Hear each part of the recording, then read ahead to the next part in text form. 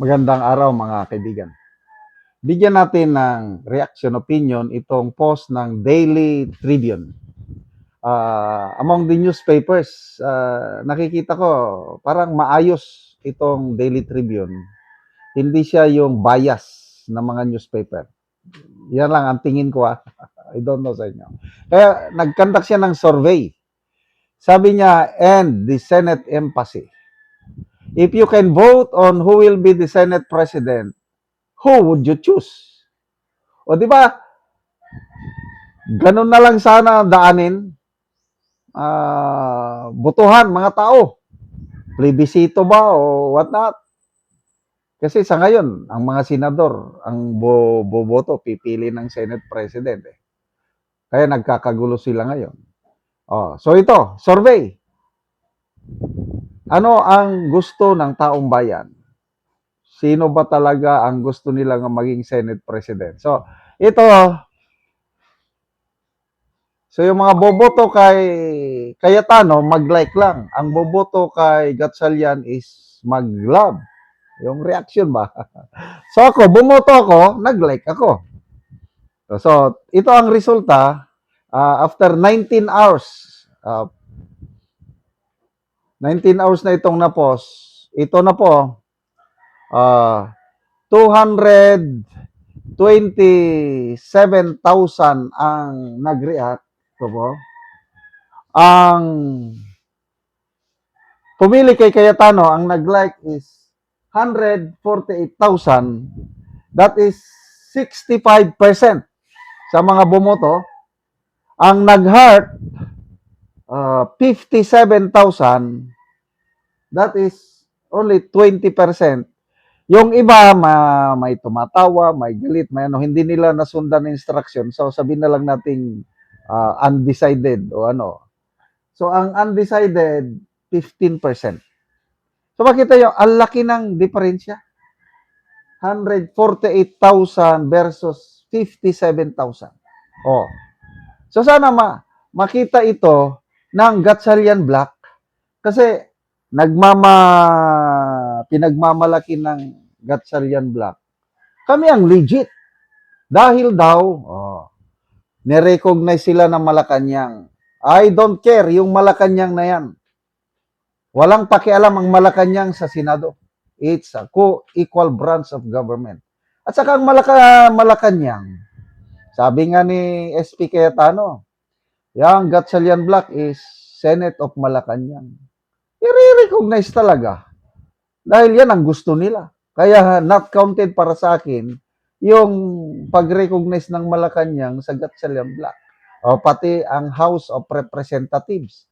Dahil daw nire-recognize ang Gatchalian kaya sila daw ang legit. No way! Dahil daw may mga legal luminaries, law deans, IBP. No way!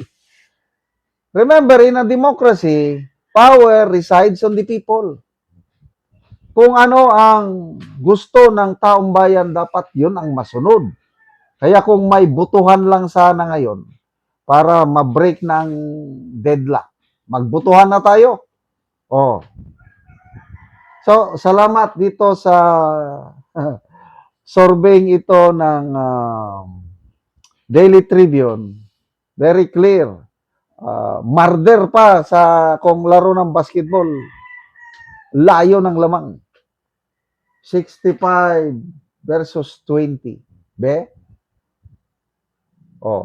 Ano pa yung pagmamayabang nyo? Malacanang, Kamara, Lodins? No. Taong bayan, mas maraming taong bayan na nagre-recognize sa legitimacy ni SP Cayetano as leader of the Senate. Basa tayo ng mga ilang comments. Ang Malayang Pilipinas, sabi niya dito, lawyer versus puppet. Sinong puppet? Gatchalian. Mac Solis, doon tayo sa may legal background who has the courage to expose the masterminds behind corruption. Ayan, kaya nagkakaganito ang Senado dahil sa flood control scam probe. Gusto ng Cayetano Black ituloy-tuloy ang investigasyon. Ang powers that be, ang nakatanggap ng maleta, takot na takot. Kaya ito, gumawa sila ng June 3 session kuno na kulang sila, 12 lang nag-elect ng acting Senate President. No way. Bogus yan. Bakit? 12 lang kayo. Ano bang quorum ng 1987 Constitution? It should be 13. Kumuha pa kayo ng isa. Once na may nakuha kayong isa, may kumabilang bakod, additional, God knows who does not pay, katulad ng isa dyan na nauna, edi tapos na. Gatsal yan na ang Senate President. Sa ngayon, 12 pa lang kayo, wala kayong legitimacy. Ito, kung sa simpleng pagdetermina pa lang ng quorum ay mali ng interpretasyon sa batas, paano pa kaya sa mas komplikadong mga usapin? Sa kasalukuyang sitwasyon, mahalaga matibay ang kalaman at background sa batas upang matiyak na tama at naayon sa konstitusyon ang mga umiiral na batas at desisyon. Team Alan Peter Cayetano. Rendo Flores, Cayetano po ako. Binasa ko pong mabuti yung 1987 Constitution pertaining po sa paano magkaroon at magtanggal ng SP, Pro Tempore, Secretary, Sergeant at Arms. Malinaw po sa 1987 Constitution. Hindi pa ako lawyer. Yun po ang nakalagay sa saligang batas. Ako rin, hindi ako lawyer. Kailang napakasimple ang 1987 Constitution. Pwedeng uupo ang isang senador na Senate President kung may 13 or majority of the 24 senators na bumoto sa kanya.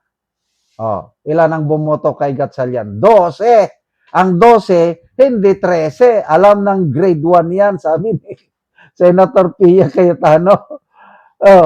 Grade 1 alam, ang 12 ay hindi 13. Kaya itong grupo ng Gatchalian na ito, panggulo.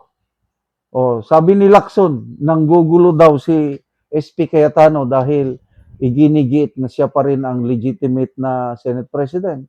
Correct siya naman. Ang nanggugulo, itong Gatchalian Black. Kaya mga kaibigan, supportan natin Team Alan Peter Cayetano dahil siya ang Senate President na ayon sa 1987 Constitution. Salamat mga kaibigan sa inyong pagsubaybay sa channel na ito. Nakakatulong kayo ng malaki sa tribong Talandig ng Bukidnon dahil ang sweldo natin sa channel is pantulong po sa tribo. Namimigay tayo ng libreng yero at pako para makapagpatayo sila ng mas maayos na tirahan. Panoorin nyo ang video nito. Ako diri sa gipatindog nga balay ni Silo sa Natabangan og Yero nga taga Lower Kalapat. So muna ni ang iyang pag-atupan karon sa natabang sa iyaha nga yero.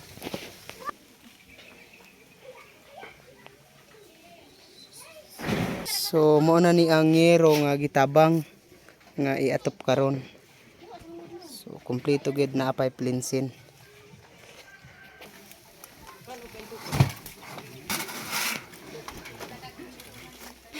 Yang idunig ka maama.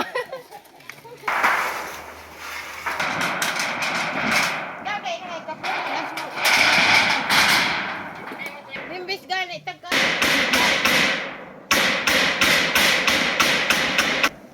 Gabi ay.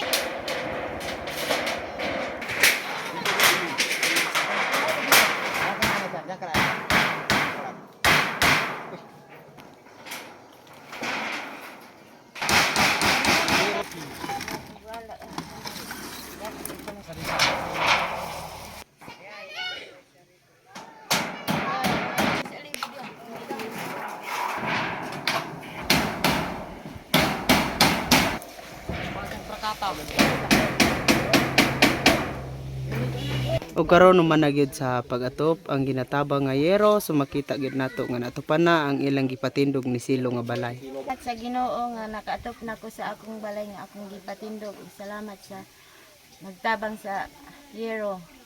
Ginaot nga magpadayon pa para naapadaghang nagulat.